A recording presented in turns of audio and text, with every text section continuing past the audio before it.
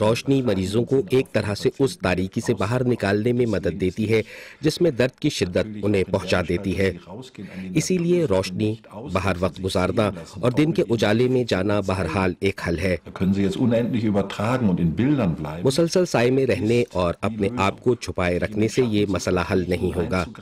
ہمیں امید ہے کہ اس کلینک میں روشنی کے ذریعے جاری علاج کے مثبت اثرات ہوں گے. اجالا، روشنی اور رنگ ہمارے جسم اور روح پر نمایاں طور پر اثر کرتے ہیں. چنانچہ اپنی توجہ مرکوز کیجیے اور باہر نکل کر اپنا مزاج خوشگوار بنائیے. اگر لائٹ تھراپی کے ذریعے مریض درد میں کمی محسوس کرنے لگے تو یہ میڈیکل سائنس کی دنیا میں ایک بڑی پیش رفت ہوگی. اب بات کرتے ہیں ایک اور موضوع کی، 3D پرنٹنگ ٹیکنالوجی. ایک ایسا موضوع جو تخلیقی ذہن رکھنے والوں کے دلوں کی دھڑکنیں تیز کر دیتا ہے. اس ٹیکنالوجی کے ذریعے آپ ہر وہ چیز پرنٹ کر سکتے ہیں جس کا تصور آپ کے ذہن میں آ سکتا ہے. ایک تازہ ترین تخلیق 3D پرنٹر سے نکلنے والی ایک موٹر سائیکل ہے جس سے آپ ڈرائیو بھی کر سکتے ہیں اور جو بہت تیز رفتار بھی ہے. لائٹ رائڈر یہ 80 کلومیٹر فی گھنٹہ کی رفتار سے چلتا ہے اور اس کا مجموعی وزن 35 کلو گرام ہے. فریم صرف 6 کلو کا ہے اور اسے مکمل طور پر 3D پرنٹر سے بنایا گیا ہے. لائٹ رائڈر الیکٹرک موٹر سے چلتا ہے. یہ حیرت انگیز ہے، سچ مچ زبردست. اسے چلانے میں بہت ہی مزہ آتا ہے اور اس کا استعمال تو بہت ہی آسان ہے، شاید اس لیے کہ یہ وزن میں بہت ہلکا ہے. برنہارڈ گروبر کے پاس ہی کھڑی ہارلی ڈیوڈسن کا وزن 320 کلو ہے. یہ الیکٹرک موٹر سائیکل اس سے تقریباً 10 گنا ہلکی ہے. گروبر کو محض اتفاقاً پتا چلا کہ ایئر بس کے احاطے میں ذیلی کمپنی AP ورکس میں اس کے ساتھیوں نے کیا کچھ بنایا ہے. تاہم اس سارے سلسلے کا آغاز ایک عجیب و غریب خیال سے ہوا. یہ خیال ہمیں دراصل کرسمس کی پارٹی کے دوران آیا. ہم نے محض ذاتی دلچسپی کی وجہ سے پوچھا کہ کیا ای بائک یا الیکٹرک موٹر سائیکل جیسی کوئی چیز نہیں بنائی جا سکتی. ہمارے باس کو یہ آئیڈیا اتنا پسند آیا کہ یہ ہماری کمپنی کا پروجیکٹ بن گیا. لائٹ رائڈر کا ڈیزائن کمپیوٹر پر بنایا گیا ایک الگوریدم کی مدد سے. اس کی بنیاد اس ڈیٹا کو بنایا گیا کہ ڈرائیو کرنے کے دوران موٹر سائیکل پر کہاں کہاں دباؤ پڑتا ہے، کون سی چیز کہاں پر ہے، وہ کتنا بڑا ہے، پہیوں کے درمیان کتنی جگہ ہے اور کیا ہوتا ہے جب موٹر سائیکل کو چلایا جاتا ہے. یوں ہم نے ہر فالتو چیز ہٹاتے ہوئے ایک خاکہ بنایا. 3D پرنٹر کے ذریعے فریم کے مختلف حصوں کے ہو بہو ماڈل تیار کیے گئے. ایروناٹکس ٹیکنالوجی کے لیے پیٹنٹ کرائے گئے ایلومینیم کا آمیزہ استعمال کرتے ہوئے. ایلومینیم جیسا ہلکا، ٹائٹینیم جیسا مضبوط، لیکن دھاتی اشیاء پرنٹ کرنے والے 3D پرنٹرز کی بھی حدود ہیں. یہ ویلڈنگ کے جوڑ ہیں جو اس لیے بنے کہ ہمیں اس کے ڈھانچے کو بہت سے چھوٹے چھوٹے حصوں میں تقسیم کرنا پڑا تھا، کیونکہ آج کل ہم پرنٹر سے زیادہ اس سائز کا ٹکڑا ہی پرنٹ کر سکتے ہیں. دراصل یہ الگ الگ ٹکڑے بنانا اور یہ سوچنا کہ انہیں کیسے آپس میں جوڑا جائے کہ یہ محفوظ بھی ہوں، یہ ایک بڑا چیلنج تھا. ڈیزائنر اور ڈیولپر 3D پرنٹر سے خوب نئی چیزیں بنا رہے ہیں. پرنٹر سے کرسی بنانا اب کوئی مسئلہ نہیں. زیورات بھی کمپیوٹر پر ڈیزائن اور پھر پرنٹ کیے جا سکتے ہیں. جوتے بنانا بھی ممکن ہے، وہ ان کا عادی ہونے میں کچھ وقت لگ سکتا ہے. میونخ کے پاپ اپ لیب میں یوہان فن ہیروارتھ بتاتے ہیں کہ کیسے اس سب سے بڑے 3D پرنٹر کی مدد سے کمپنیاں اپنے آئیڈیاز کو تیز رفتاری کے ساتھ اور تھوڑے پیسوں سے عملی شکل دے سکتی ہیں. اب ہم تیزی سے کسی پروڈکٹ کو بہتر بنا سکتے ہیں. اس کے علاوہ، اور یہ میرے لیے بہت ہی اہم ہے، اگر آپ نتیجے سے مطمئن نہیں ہیں تو میں لوگوں سے کہتا ہوں کہ پروڈکٹ کو ضائع کر دیجئے، اسے پھینک دیجئے اور نئے سرے سے شروع ہو جائیے. آپ کا کتنا نقصان ہوگا؟ شاید 30، 40 یا 100 یورو کا.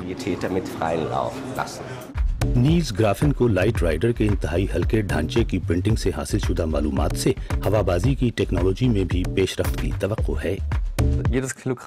ہر ایک کلو گرام کے لیے جسے آپ ہوا میں بھیجتے ہیں، ایئر لائن کو بھی اور آخر کار صارفین کو بھی خاصی رقم خرچ کرنا پڑتی ہے. اور اگر ہم 3D پرنٹر جیسے پروڈکشن طریقوں کے ذریعے پرزوں کو ہلکا بنا سکتے ہوں تو اس سے خرچہ کم ہوگا. اور اس موٹر سائیکل کا ڈیزائن بھی لوگوں کو اپنی طرف متوجہ کر رہا ہے. خصوصاً کمپنی کے احاطے میں موجود مردوں کو۔ ہارلی ڈیوڈسن ڈرائیو کرنے والے برنہارڈ گروبر کو لائٹ رائڈر پسند آ گیا ہے۔ چھوٹے سفر کے لیے یا جب آپ کو تھوڑی دیر کے لیے دفتر جانا ہو تو یہ بہرحال کام کی چیز ہے۔ یہ بہت کم شور کرتا ہے، یہ چیز پاس پڑوس کے لیے بھی بہت اچھی ہے، زبردست۔ 3D پرنٹر سے نکلے موٹر سائیکل کی قیمت ہے 50,000 یورو۔ 30 پیشگی آرڈرز بھی آ چکے ہیں۔ سڑک پر آنے کے لائسنس کے حصول کا عمل جاری ہے۔ تو دیکھا آپ نے کہ 3D پرنٹنگ کیسے ناممکن کو ممکن بنا سکتی ہے۔ بریک کے بعد لے چلیں گے آپ کو جرمنی کے معروف جزیرے زلٹ میں۔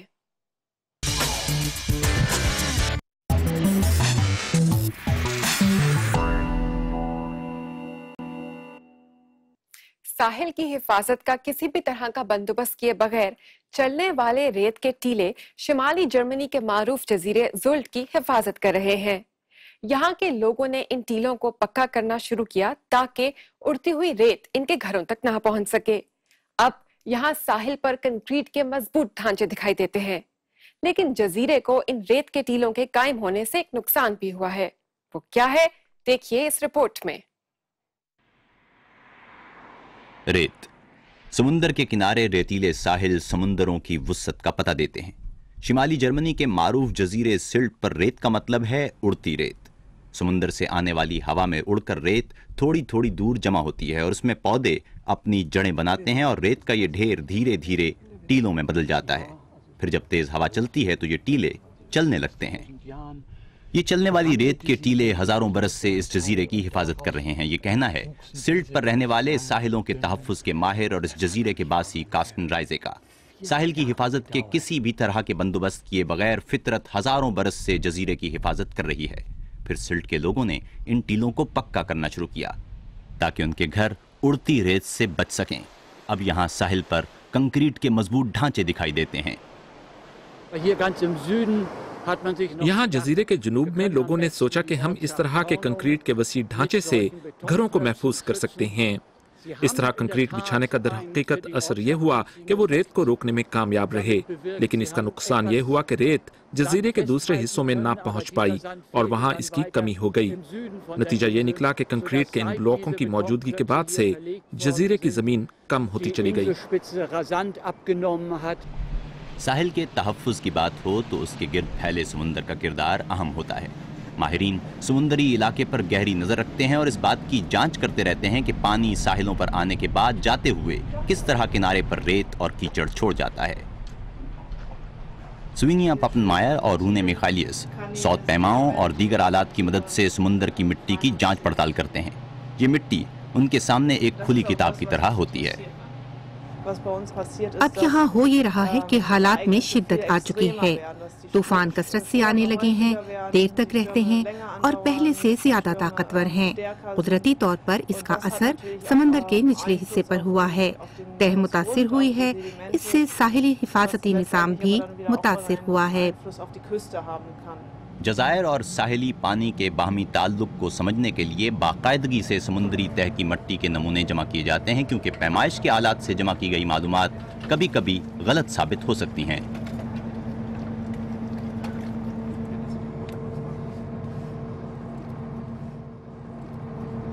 یہ ریزر شیل ہے جو اب زندہ نہیں ہے، یہ کافی پرانا لگتا ہے۔ کیا ایسا اکثر ہوتا ہے کہ زندہ اجسام سود پیما کے ڈیٹا کو غلط کر دیں؟ ہاں، یہ بہت بڑا مسئلہ ہے۔ شمالی سمندر میں لانیز کیڑے ہوتے ہیں جو ریت اور سیپیوں کے ٹکڑوں سے ساحل پر پائپ جیسی شکل بنا لیتے ہیں۔ جب یہ ریت میں چھپے ہوتے ہیں تو یہ مٹی سے حاصل ہونے والے سگنلز کو خراب کر دیتے ہیں۔ جب یہ کیڑے نہیں ہوتے تو ہمیں اپنے ڈیٹا میں بالکل الگ طرح کے سگنل ملتے ہیں۔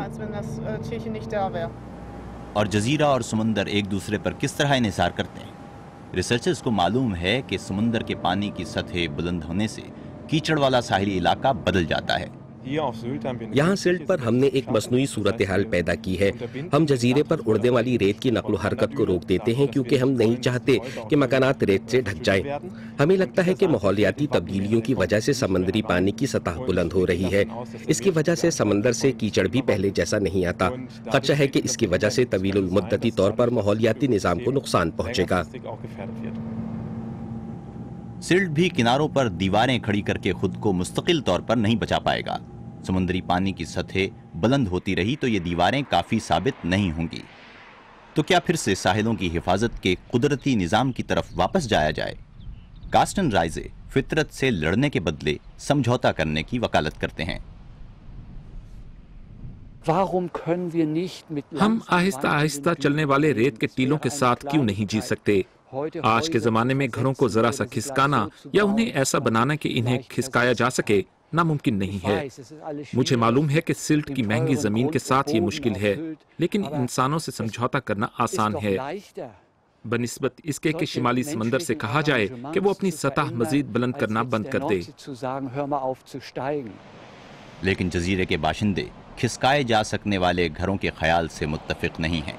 سیاحتی آمدنی کے پیش نظر وہ تحفظ کے جانے مانے اقدامات پر اعتماد کر رہے ہیں، اور ایسا لگتا ہے کہ وہ آئندہ برسوں میں بھی اپنے جزیرے سے ریت کو ہٹانے کا سلسلہ جاری رکھیں گے۔ بریک کے بعد بتائیں گے آپ کو کہ عام سی چیز کاغذ سے کیا کچھ بنایا جا سکتا ہے۔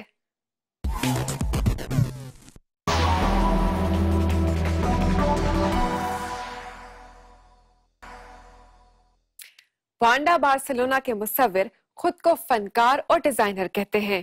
بڑے فیشن ہاؤسز خاص تقریب کے انعقاد کے لیے نایاب تزئین و آرائش وانڈا بارسلونا سے کروا رہے ہیں۔ کاتالونیا کے دارالحکومت کی یہ 3 رکنی ٹیم اپنے اندر بے شمار فنی ہنر سمیٹے ہوئے ہے۔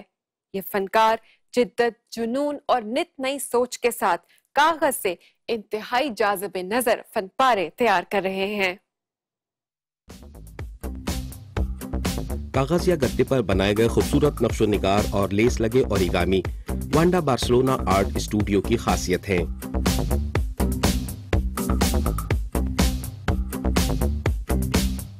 وانڈا بارسلونا اسپین کے شہر بارسلونا کے 3 فنکاروں کی ٹیم ہے جو کاغذ پر نہیں بلکہ کاغذ کے ساتھ کام کرتی ہے۔ یہ ایک اچھوتی چیز ہے، یہ ماحول دوست ہے، اسے موڑنا اور چپکانا آسان ہے اور یہ ہلکی ہے۔ اس طرح ہم کاغذ جیسی عام سی چیز کو ایک غیر معمولی شے میں بدل سکتے ہیں۔ وانڈا بارسلونا کے یہ 3 رکن ہیں، اسپین کے ایرس خویل اور کولمبیا کے ڈینیل مانچینی اور انتی ویلز۔ سن 2007 میں ان تینوں نے نقش و نگاری کا یہ اسٹوڈیو شروع کیا۔ آج ان کے صارفین میں ہوگو باس جیسی بڑی کمپنی بھی شامل ہے اور یہ کاغذ کے ذریعے ان کے خوابوں کو تعبیر دے رہے ہیں، جیسا کہ نیو یارک میں ایوارڈز کی اس تقریب میں نظر آیا۔ ڈیور کے لیے سجاوٹ۔ ہمارے خیال سے بڑے لگژری برانڈ ہم سے اس لیے رابطہ کرتے ہیں کیونکہ انہیں ہمارے کام کے درپردہ ہنر کا علم ہے، وہ اس کی قیمت جانتے ہیں، اور یہ اس لیے نہیں کہ ہم کاغذ کا ایک ٹکڑا استعمال کرتے ہیں، بلکہ اس لیے کہ ہم کاغذ کے ٹکڑے پر وقت صرف کرتے ہیں اور اپنے ہنر کا استعمال کرتے ہوئے اسے مکمل طور پر بدل دیتے ہیں۔ ہم ایک عام سی چیز کو غیر معمولی بنا دیتے ہیں۔ ہنرمندی کا یہی کام وانڈا کو مختلف بناتا ہے۔ کسی کاریگر کی یہی فنکاری ایک عام سے خیال کو بہت خاص بنا دیتی ہے۔ جرمنی اور یورپ کی زندگی کے مختلف پہلوؤں کے بارے میں دلچسپ رپورٹس آپ کو ملیں گی ہماری ویب سائٹ dw.com/urdu پر۔ آپ کو ہمارا پروگرام کیسا لگا ضرور بتائیے ہمیں #سوال کے ساتھ ہمارے فیس بک پیج اور ٹویٹر اکاؤنٹ پر۔ آئندہ ہفتے پھر حاضر ہوں گے لائف سٹائل اور سائنس کی حیران کن رپورٹس کے ساتھ۔ تب تک کے لیے خدا حافظ۔